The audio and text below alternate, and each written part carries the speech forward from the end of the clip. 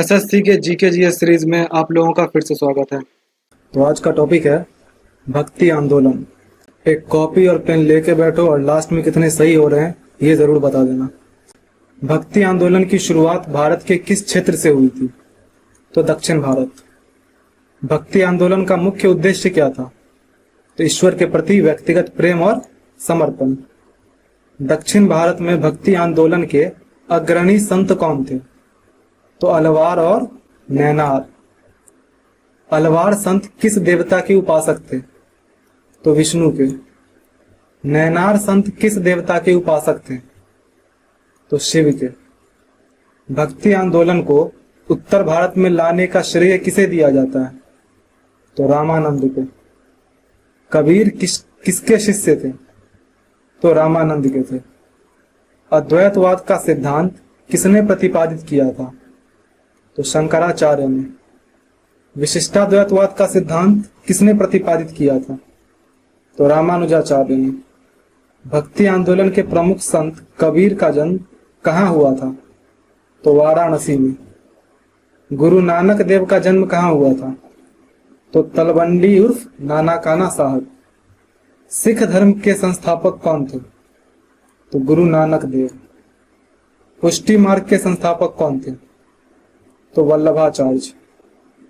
चैतन्य महाप्रभु किस क्षेत्र के संत थे? तो बंगाल के थे। मीराबाई किस देवता की उपासक थी? तो कृष्ण की। कबीर के उपदेशों का संग्रह किस ग्रंथ में है? तो बीजक में। महाराष्ट्र में भक्ति आंदोलन का केंद्र कहाँ था? तो पंढरपुर में। ज्ञानेश्वर किस भाषा के महान संत थे? तो मराठी के। तुकाराम किस देवता के उपासक थे? तो विठोबा, जो कि विष्णु के एक रूप है। दास बोध नामक ग्रंथ के लेखक कौन थे? तो रामदास। असम में भक्ति आंदोलन के प्रमुख संत कौन थे? तो शंकर देव थे। शंकराचार्य का जन्म कहाँ हुआ था? तो केरल में। द्वैतवाद का सिद्धांत किसने प्रतिपादित किया था? तो माधवाचार्य ने। माधवाचार्य किस संप्रदाय से संबंधित थे? तो वैष्णव से। निम्बकाचार्य ने किस सिद्धांत का प्रतिपादन किया? तो द्वैतवाद का। गुरु ग्रंथ साहिब में किस भक्ति संत के उपदेशों को शामिल किया गया है? तो कबीर, रविदास और बाबा फरीद। इन तीनों का ही। गुरु नानक देव ने किस अवधारणा का प्रचार किया? तो एकेश्वरवाद। सूरदास किसके शिष्य थे? तो वल्लभाचार्य के। तुलसीदास किसके समकालीन थे? तो अकबर के। रामचरितमानस की रचना किसने की थी? तो तुलसीदास ने। मीराबाई का जन्म कहाँ हुआ था? तो मेरता में। भक्ति आंदोलन के संत रविदास किस जाति से थे? तो चमार जाति से थे। महाराष्ट्र के संत नामदेव किस देवता के उपासक थे? तो विठोबा के। शंकराचार्य का सिद्धांत क्या था? तो ज्ञान मार्ग था। महाराष्ट्र में विठोबा को किस नाम से जाना जाता था? तो पांडुरंग नाम से। असम में शंकर देव का उपदेश क्या था? तो एकेश्वरवाद। कबीर की विचारधारा पर किस धर्म का प्रभाव था? तो हिंदू और इस्लाम दोनों का है। चैतन्य महाप्रभु ने किस भक्ति मार्ग का प्रचार किया? तो प्रेम और भक्ति। गुरु नानक देव ने एक ओंकार का नारा क्यों दिया? तो ईश्वर की एकता को दर्शाने के लिए। निम्बकाचार्य किस संप्रदाय के संस्थापक थे? तो द्वैतवाद। भक्ति आंदोलन के संत रामानंद किस देवता के उपासक थे? तो श्री राम के। शंकराचार्य का जन्म कब हुआ था?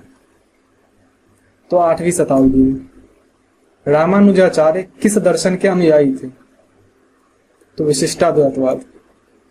कबीर का जीवन काल क्या था? तो 1398 से 1518, यानी 120 साल जिए थे। चैतन्य महाप्रभु का वास्तविक नाम क्या था? तो विश्वंभर मिश्रा।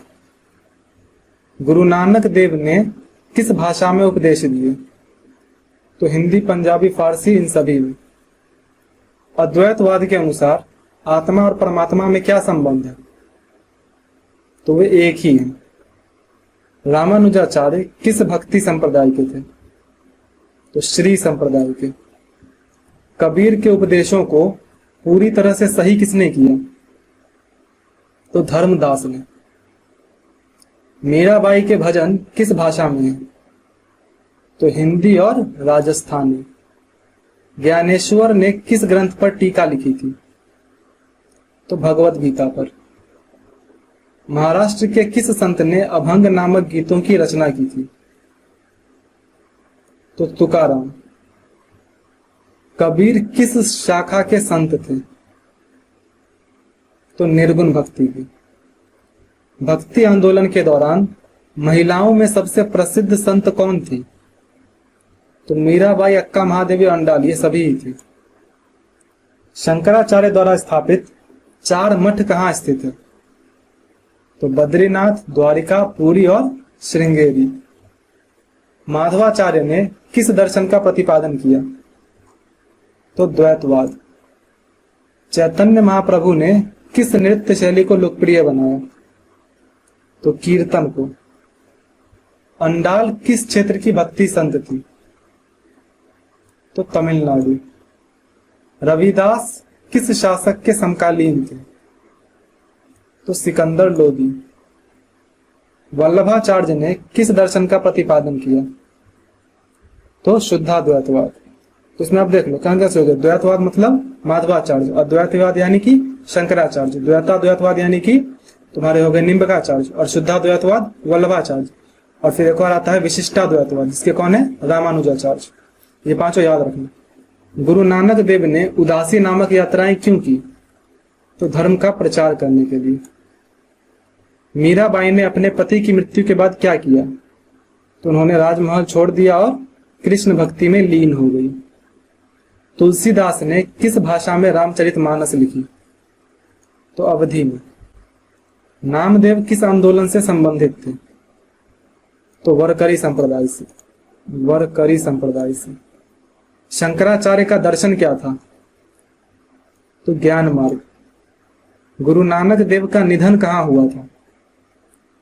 तो करतारपुर। कबीर की रचनाओं का क्या नाम है? तो दोहे, साखी, सबद, ये सभी। रामानंद के कितने प्रमुख शिष्य थे? तो 12 शिष्य थे। महाराष्ट्र के किस संत ने हिंदू और मुस्लिम एकता पर जोर दिया? तो नामदेव। रामानुजाचार्य किस शताब्दी के संत थे? तो 11वीं शताब्दी के। भक्ति आंदोलन के संत शंकर देव को क्या कहा जाता था? तो असम का कबीर। 1 मिनट, इसमें मैं थोड़ा कंफ्यूज हूं क्योंकि असम का चैतन्य भी मैंने कहीं पे सुना या देखा है, तो एक बार इसको नेट पर से कंफर्म कर लेना कि असम का कबीर थे या असम का चैतन्य। कबीर की भाषा क्या थी? तो सधुक्करी। तुलसीदास की रचनाओं में से कौन सी ब्रज भाषा में लिखी गई है? तो विनय पत्रिका, गीतावली और कवितावली, ये सभी जो है ब्रज भाषा में ही लिखी गई है। वल्लभाचार्य ने कृष्ण की पूजा किस रूप में की? तो बाल कृष्ण के रूप में। मीराबाई का विवाह किससे हुआ था? तो राजा भोजराज से। भक्ति आंदोलन के संत ज्ञानेश्वर ने कितने वर्ष की आयु में समाधि ली? तो 21 वर्ष में।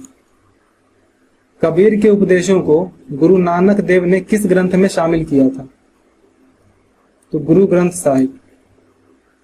वैसे कबीर के उपदेशों के संग्रह को बीजक कहा जाता है, लेकिन गुरु नानक देव ने किस पे संग्रह किया था, किसमें शामिल किया था? तो वो गुरु ग्रंथ साहिब होगा। रामानुजाचार्य का दर्शन क्या था? तो विशिष्टाद्वैतवाद। रामानंद के प्रमुख शिष्य कौन थे? तो कबीर, रविदास और धन्ना। मीराबाई के गुरु कौन थे? तो रविदास। भक्ति आंदोलन के किस संत ने निराकार ब्रह्म की पूजा पर जोर दिया? तो कबीर और गुरु नानक देव, इन दोनों ने। शंकर देव ने किस संप्रदाय की स्थापना की थी? तो महापुरुषीय धर्म की। अंडाल को किस नाम से जाना जाता था? तो दक्षिण की मीरा। महाराष्ट्र के किस संत को वरकरी संप्रदाय का संस्थापक माना जाता? तो ज्ञानेश्वर को। भक्ति आंदोलन के किस संत ने शबद और दोहे की रचना की? तो कबीर ने। गुरु नानक देव ने कौन सी धार्मिक प्रथा शुरू की थी? तो लंगर, कीर्तन, प्रभात फेरी। 1 मिनट। बुक में दिया हुआ उपरोक्त सभी, लेकिन मुझे सिर्फ लंगर ही पता है इसके बारे में, तो एक बार इसको भी चेक कर लेना। रामानुजाचार्य का जन्म कहाँ हुआ था? तो तमिलनाडु में। अद्वैतवाद का मुख्य सिद्धांत क्या है? तो ब्रह्म, सत्यम, जगन मिथ्या। सूरदास किस भाषा के कवि थे? तो ब्रज भाषा के। रामानंद ने किस संप्रदाय की स्थापना की थी? तो रामानंद संप्रदाय। भक्ति आंदोलन के किस संत ने जाति प्रथा का विरोध किया? तो कबीर, रविदास, गुरु नानक देव, इन सभी ने। चैतन्य महाप्रभु किस देवता की पूजा करते थे? तो श्री कृष्ण की। महाराष्ट्र के संत एकनाथ किस देवता के उपासक थे? तो विठोबा के। भक्ति आंदोलन के किस संत ने कली युग को भक्ति युग के रूप में वर्णित किया? तो तुलसीदास ने।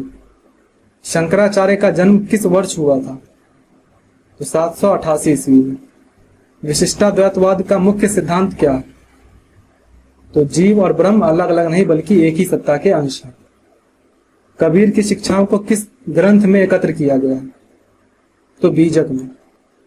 तुलसीदास ने किस ग्रंथ में राम को सर्वोच्च भगवान के रूप में वर्णित किया? तो रामचरितमानस में। मीराबाई ने अपने भजन किस रूप में गाए? तो राग के रूप में। गुरु नानक देव ने किस धार्मिक प्रथा की शुरुआत की थी? तो लंगर की। तो इस तरह से तुम्हारा भक्ति आंदोलन भी खत्म होता है। आपका जो भी स्कोर हुआ कमेंट कर दीजिए एंड मिलते हैं नेक्स्ट वीडियो में।